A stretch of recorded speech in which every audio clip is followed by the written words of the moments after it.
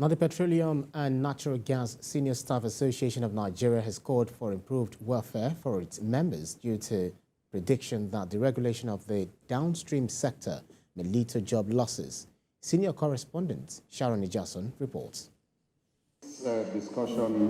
It's the second edition of the Energy and Labour Summit organized by the Petroleum and Natural Gas Senior Staff Association of Nigeria, PENGASAN.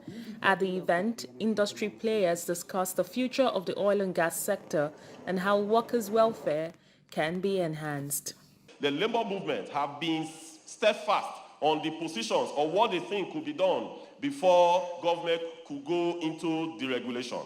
And a lot of these has been stated in the past. Things to put in place, for the short term, the medium term, and for the long term, on what could be done in order to alleviate the sufferings that Nigerians are passing through today. And you could see labor leaders, both in the past and in the now, are all in sync on what could be done. My brother. At the panel session, experts stressed the need for workers in the sector to upskill and reskill, while stakeholders must invest in technology. Let's focus on tailor-made education that will help us protect our pipelines. We don't have to ask any part of the world to help us with pipeline surveillance. Our people in Lagos should be able to give us technology that will protect our pipelines. And to do that, it will not happen spontaneously. Government will have to be intentional by funding efforts, research, tailored to some outcome. There is no substitute to fuel, even globally. So crude oil will still remain relevant. It will continue to be relevant. But the problem is that to attract, funding, global funding, what we call foreign direct investment, is low because of climate change and because of the transition.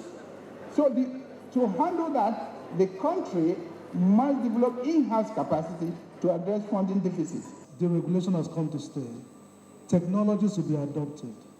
And so we have to make the steps to begin to train, our workforce to take over roles, because when technology comes, the new roles are created.